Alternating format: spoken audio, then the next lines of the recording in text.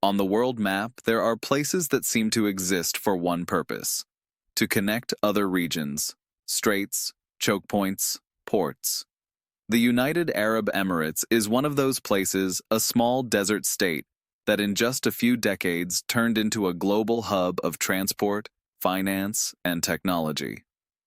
As late as the 1970s, Dubai was a fishing and pearl trading town, where most houses were built from coral stone and palm leaves. Today, it's a city of futuristic skyscrapers, some of the world's largest airports and ports. For China, the Emirates are much more than an exotic destination for investment. They're a gateway to the Middle East, Africa, and Europe. At the same time, Jebel Ali in Dubai is the largest man-made port in the world, serving more than 80 shipping lines and 140 countries.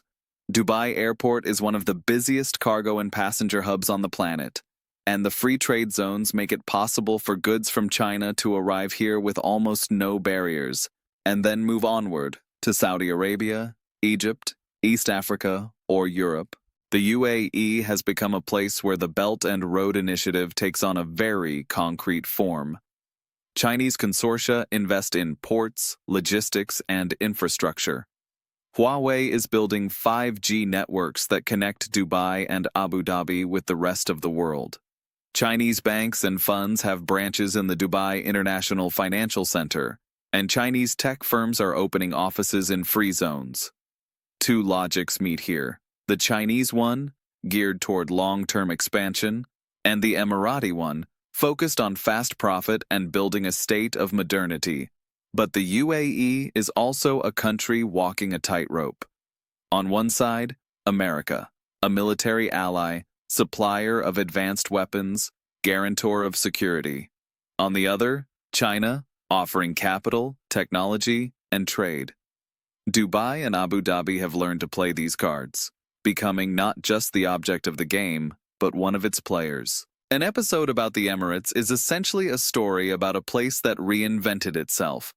On a desert where Bedouin tribes lived for centuries, cities of the future have been built.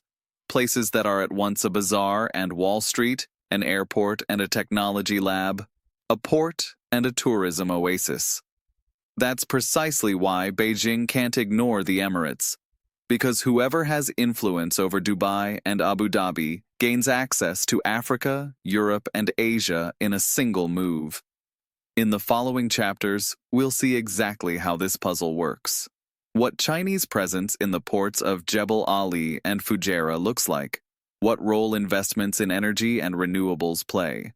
How Huawei and other corporations are building a digital network on the Arabian Peninsula. And how, in the background, a quiet rivalry unfolds between Washington and Beijing for influence in a country that at first glance looks neutral, but in reality plays a key role in the global game. Because the United Arab Emirates are not just skyscrapers and luxury hotels. They're a desert hub of the world, through which the key arteries of the 21st century run. And every container, every app, and every barrel of oil that passes through here is part of a bigger story. A story in which the Middle East becomes one of the pillars of the new Silk Road. Dubai is a city that reinvented itself. In the 1960s, it still looked like a sleepy town, whose main sources of income were pearl diving and trading dates. But when oil began to transform the entire region, Dubai decided to follow its own path. It knew its oil reserves wouldn't last forever. So it bet on trade and transport. That's how the port of Jebel Ali was born. An infrastructure that today is one of the pillars of the global economy. Jebel Ali is the largest man-made port in the world.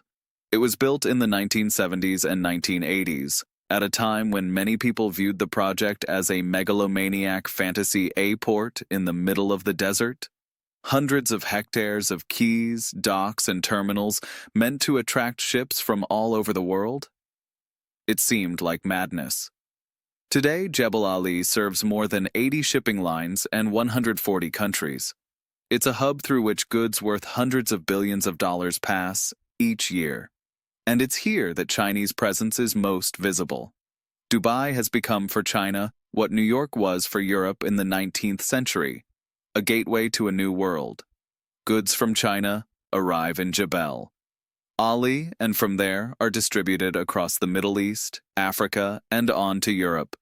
Chinese companies use this port as a natural springboard that allows them to sell not just luxury products, but mass-market goods, from electronics to cheap textiles. But Jebel Ali is more than a port. It's also a free trade zone, JAFZA, Jebel Ali Free Zone. A gigantic industrial and logistics area where more than 8,000 companies from all over the world operate. Chinese firms have their distribution centers, warehouses, and offices here. From JAFZA, goods go by truck to Saudi Arabia, Oman, Qatar. From here, containers sail to East Africa, to ports in Tanzania and Kenya. In practice, Jebel Ali is the beginning of the Arab section of the New Silk Road. Beijing knows it cannot rely only on ports like Gwadar in Pakistan or Djibouti in Africa. Dubai is more stable, better managed, and far more modern. It's a port that runs like clockwork. In a world where delays are counted in millions of dollars per day, that's priceless. For Dubai, China's presence is also a huge opportunity. The emirate built its power on being a neutral hub, a place where Americans, Europeans, Arabs, and Asians meet. But over the last 2 decades, it's China that has begun to play an ever bigger role. Ships from Shanghai, Shenzhen, and Ningbo dock at Jebel Ali almost every day. Chinese logistics companies cooperate with DP World, the Emirati port giant that manages terminals all around the globe. This partnership is highly practical. Dubai provides infrastructure and geographic location. China provides a huge volume of goods. Together, they form an arrangement that makes Jebel Ali one of the key nodes of the Belt and Road. But Jebel Ali is also a stage for rivalry. The Americans know perfectly well how important this port is. Many U.S. military bases in the region are supplied from here. Ships carrying weapons and equipment dock here. Washington thus views the growing presence of Chinese companies with deep suspicion. Because if Beijing gains too much control over logistics in Jebel Ali, it can gain not just an economic edge, but a strategic one as well. You can see this even in the details. When Chinese firms tried to build their own terminals in Jebel Ali, the Americans started pressing the Emirates to curb their expansion. The UAE had to balance. On the one hand, they didn't want to alienate Beijing, their biggest trading partner. On the other, they couldn't risk a conflict with America, which guarantees their military security. That's why Jebel Ali is not just cranes and warehouses. It's also a field of a quiet battle for influence waged between China and the United States. A battle witnessed every day by port workers, truck drivers, freight forwarders, and customs officers. For them, it's just routine: containers, paperwork, ships. But for the world, this is one of the places where the fate of global trade is being decided. The port of Jebel Ali is the heart of Dubai, and Dubai is the heart of the United Arab Emirates. In the era of the Belt and Road, this is where the pulse of trade connecting Asia, Africa, and Europe beats. Every container that passes through this port is part of a bigger story. The story of how a small emirate became one of the most important economic hubs on the planet. And that's only the beginning. Because Dubai, Jebel Ali, and JAFZA are just the first chapter. The next ones are Abu Dhabi, Fujairah, Sharjah, each with its own role in a puzzle in which the Middle East and China are becoming ever more tightly intertwined. Abu Dhabi is a completely different world from Dubai. If Dubai is a shop window, a display, and a showcase of luxury, Abu Dhabi is its foundation, the city that holds real power and money in its hands. This is where more than 90% of the UAE's oil and gas reserves are located. This is where the headquarters of the state energy giant ADNOC, Abu Dhabi National Oil Company, sit, along with sovereign wealth funds worth hundreds of billions of dollars, and the palaces where decisions are made that shape the economy of the entire region. For China, Abu Dhabi is above all a source of energy.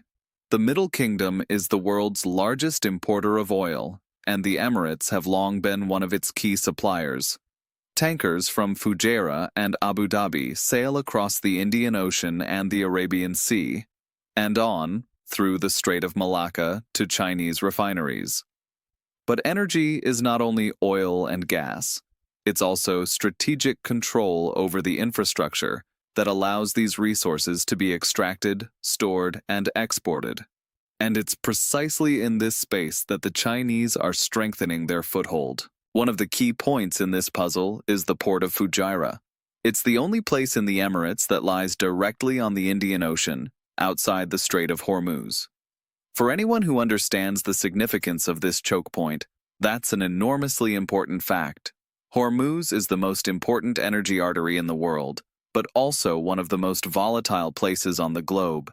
Every crisis in the Persian Gulf, every escalation between Iran and the US, puts ships sailing through Hormuz at risk. Fujairah solves that problem. It allows the Emirates to export oil and gas without having to pass through the strait. It is no coincidence that Chinese investments appeared here. Beijing understands very well that control over Fujairah means access to stable energy exports even during crises. Chinese logistics, construction, and energy firms are involved in expanding terminals, building oil storage facilities, and developing petrochemical projects. Abu Dhabi and Fujairah are also testing grounds for the energy of the future. The Emirates know the age of oil will not last forever. That's why they're investing billions in renewables, solar and wind farms, and in projects related to green and blue hydrogen. Chinese companies are partners in many of these ventures. They cooperate under bilateral deals, but also under the umbrella of the Belt and Road for Beijing. This is a double benefit. Today, oil and gas. Tomorrow, clean energy. But Abu Dhabi is not giving everything away without a fight. It's a city that has always balanced between great powers. On one side, the Americans, their military bases and security guarantees. On the other, the Chinese, with capital and technology. And then Europe, fighting for energy contracts. Abu Dhabi plays all these pianos at once, making sure no one can say they've been ignored.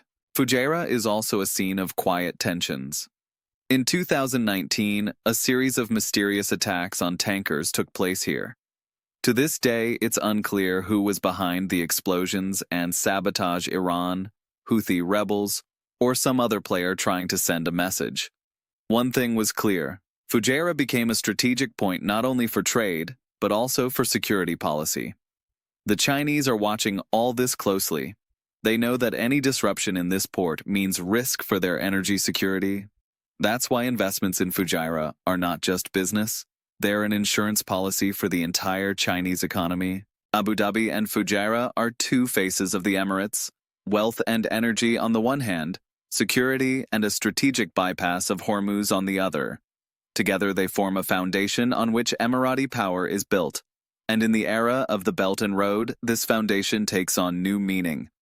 Because every tanker leaving Fujairah and every energy investment in Abu Dhabi is not just a transaction. It's part of a global game in which the Emirates are becoming one of the main players and China one of the main beneficiaries. Look at the map and it becomes clear. Dubai, with Jebel Ali, is the trade gateway. Abu Dhabi and Fujairah, the energy heart. Together, they make the Emirates far more than a small desert state. They're a point where the world's roots meet, and anyone thinking about the future of the Belt and Road has to look right here, at the oil, gas, hydrogen, and ports of the UAE. Dubai has always been obsessed with the future. While other cities in the region were growing rich on oil, Dubai was investing in dreams: airports, ports, skyscrapers. But in the 21st century, the biggest dream became digital transformation. The Emirates decided they wanted to be not just a trade and energy hub, but also a technology lab. And that's where the story begins, in which the Chinese are playing an ever larger role. Huawei, the Chinese telecom giant, is one of the symbols of this presence. At a time when the West increasingly distrusted the company, accusing it of espionage and close ties to the Chinese state, the Emirates opened their doors to it. Huawei became the main partner in rolling out 5G networks that knit Dubai and Abu Dhabi into a single digital fabric. Thanks to this cooperation, the Emirates landed near the top of global rankings when it comes to the speed and reach of mobile internet. But 5G is just the beginning. In Dubai, smart city projects have been launched in which every streetlight, every bus stop, and every building is supposed to be connected to a digital network, real-time monitoring, intelligent transport systems, energy management platforms. All of this became part of a plan called Dubai Smart. Chinese companies are not only hardware suppliers, but also partners in building software and infrastructure. At the same time, the Emirates are pouring huge sums into artificial intelligence. They even created the world's first minister for AI, overseeing the development of the technology across the country. Chinese firms such as SenseTime or iFlyTech work with local institutions on image recognition, data analytics, and security systems. It's a cooperation that raises controversy, because AI in the Emirati version also means new tools for citizen surveillance, social control, and maintaining order. Dubai became a testing ground for technology not just because its rulers want it. It's also a result of Chinese strategy. Beijing knows that in Europe and the US it's getting harder to secure big contracts for companies like Huawei. But in the Emirates, where decisions are made quickly and without drawn-out democratic procedures, solutions can be tested at the scale of entire cities. What would take a decade elsewhere can be built here in just a few years.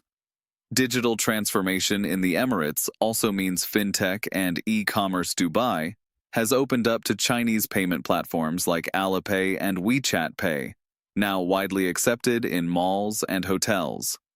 Chinese tech startups are setting up regional headquarters in the UAE, taking advantage of preferential tax regimes and the proximity of Middle Eastern and African markets. For the Emirates, this cooperation is a chance to become a global technology hub. For China, an opportunity to export technology and build digital dependencies. Because when an entire telecom infrastructure rests on Chinese hardware and smart city systems on Chinese software, it's hard to talk about full independence. It's in Dubai and Abu Dhabi that the digital version of the same game playing out in ports and refineries unfolds. On one side, America, warning that Huawei is a security threat. On the other, China, offering technology faster, cheaper, and without political conditions. The Emirates are walking the line, trying to benefit from both sides, but every new smart city or 5G project nudges them a bit closer to Beijing. You don't see this when you walk the streets of Dubai. You see modern trams, smart pedestrian crossings, apps that let you pay for parking or order a taxi in a few taps. But underneath, in the cables and servers, there's a structure in which Chinese presence is very strong. Dubai has always wanted to be the city of the future. Today, that future is digital. And because a big part of that future comes from China, the Emirates are becoming one of the first places in the world where the new Silk Road runs not just through ports and roads, but through fiber optic cables and servers. Dubai is a city that lives off trade. Here, everything is sold faster, louder, and more spectacularly than anywhere else in the Middle East. It's a city of shopping malls so huge they look like separate towns. Dubai Mall with its aquarium and indoor ski slope, Mall of the Emirates, Ibn Battuta Mall. The list is long. But alongside these temples of luxury exists another, less glossy world, a world where Chinese presence is most visible. On the outskirts of Dubai lies Dragon Mart, a gigantic shopping center that is like a piece of China transplanted into the desert. Several kilometers of corridors, thousands of shops and stalls, from porcelain to cables, from furniture to toys. It's the largest complex for made-in-China goods outside China itself. You can buy anything here at prices that attract traders from all over the Middle East and Africa. For many entrepreneurs from Egypt, Saudi Arabia, or Nigeria, Dragon Mart is where they stock up on goods they later sell in their home markets. Thanks to places like this, Dubai has become not only a financial and logistics hub, but also a distribution market for Chinese goods. This is where commodities arrive in warehouses, where contracts are signed, where meetings happen in which big politics mixes with everyday trade. A walk through Dragon Mart is enough to see how the new Silk Road works in practice. It's not only about huge ports and multi-billion-dollar contracts, but also about containers full of plastic toys, cheap phones, and electronics that end up in the hands of millions of people from Cairo to Khartoum. But Dubai is not just a place where goods are traded. It's also a global tourism center. Millions of people come here every year to see the world's tallest building, spend holidays on the beach, or play golf in the middle of the desert. An ever-growing share of these tourists comes from China. For Dubai, this is an opportunity.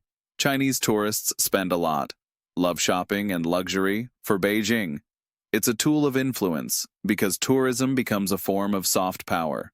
Hotels, restaurants, and shops in Dubai are increasingly adapting to Chinese guests, menus in Mandarin, staff speaking Chinese, acceptance of Alipay and WeChat Pay.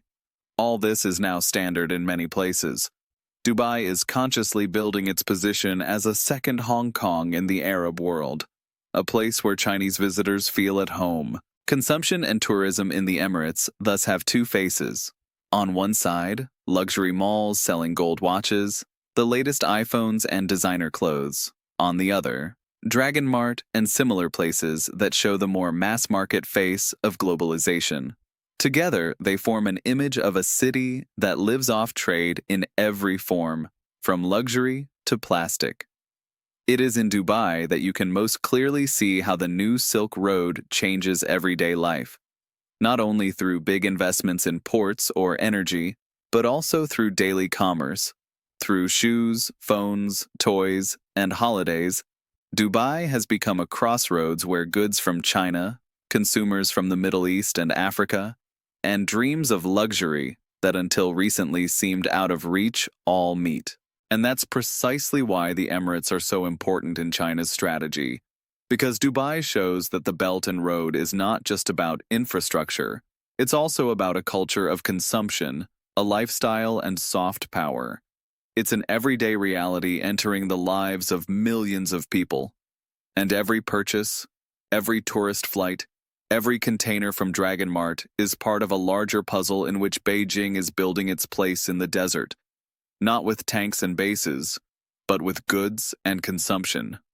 The United Arab Emirates are a place where the new Silk Road becomes more than a slogan. Here, we see it in full scale, from ports handling half the world, through pipelines and fuel terminals, to 5G networks and shopping centers full of Chinese products.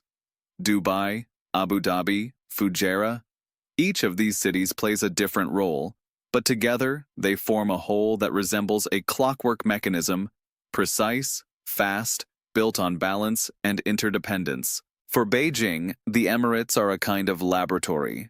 Here you can test technologies, build infrastructure, open financial centers, and simultaneously win over consumers. Here you can see how soft power, tourism, shopping, culture blends with the hard power of ports, tankers, and telecom networks. And here too, two powers meet: the United States and China, both vying for influence in a small but extremely strategic country. For the Emirates, in turn, the Belt and Road is both an opportunity and a risk. An opportunity for development, for strengthening their role as a global hub, for going down in history as a country that built the center of the world out of desert sand, but also a risk that too close a partnership with China will provoke American anger. That technology will become a tool of surveillance and investments, a tool of dependency. The Emirates are thus a mirror of the future. They show what a world might look like in which the Belt and Road stretches into every sphere of life, from oil and gas to tourism and shopping. They also show that it's not just about the economy, but also about identity, security, and a place in the global balance of power. And this is only one stage of the journey, because if the Emirates are a hub of trade and technology, Other Arab countries play other roles. Saudi Arabia as an energy giant, Egypt as the guardian of the Suez Canal, Morocco as a gateway to Africa. Each has its own story within the puzzle of the new Silk Road. Closing the chapter on the UAE, we can see that this is not merely a local story. It's a fragment of a larger mosaic in which every port, every loan, and every agreement creates a new network of global interdependencies.